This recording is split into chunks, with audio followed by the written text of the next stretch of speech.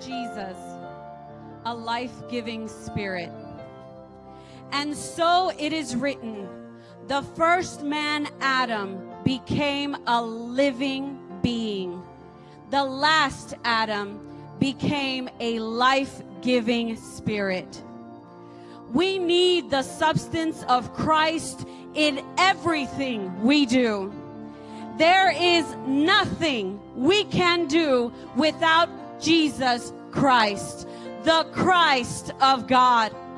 And He makes Himself available to us, not simply as someone who will come to our aid, but as someone who will reside in us and manifest Himself in our lives as our very life.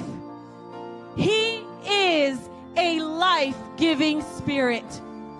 1 Corinthians 15:45 says, and so it is written, the first man, Adam, became a living being. The last Adam became a life-giving spirit. I want you to understand what that scripture really means. In John 12:24, Jesus says, most assuredly, I say to you, unless a grain of wheat falls into the ground and dies, it remains alone. But if it dies, it produces much grain. That is the reality of the Christ who is in you. He is now Christ, who not only had 12 disciples and 70 by extension and maybe 500 others, but He is now the Christ who is able to live in 6 billion people or more. Now that is amazing.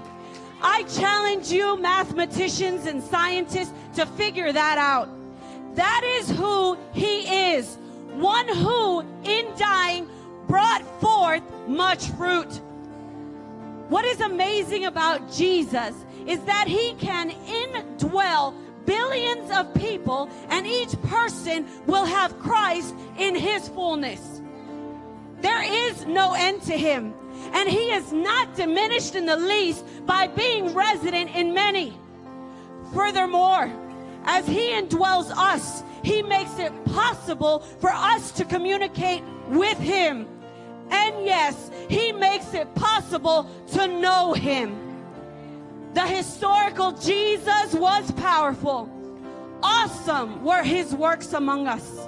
However, even though He was still fully God, His being fully human imposed some limitations.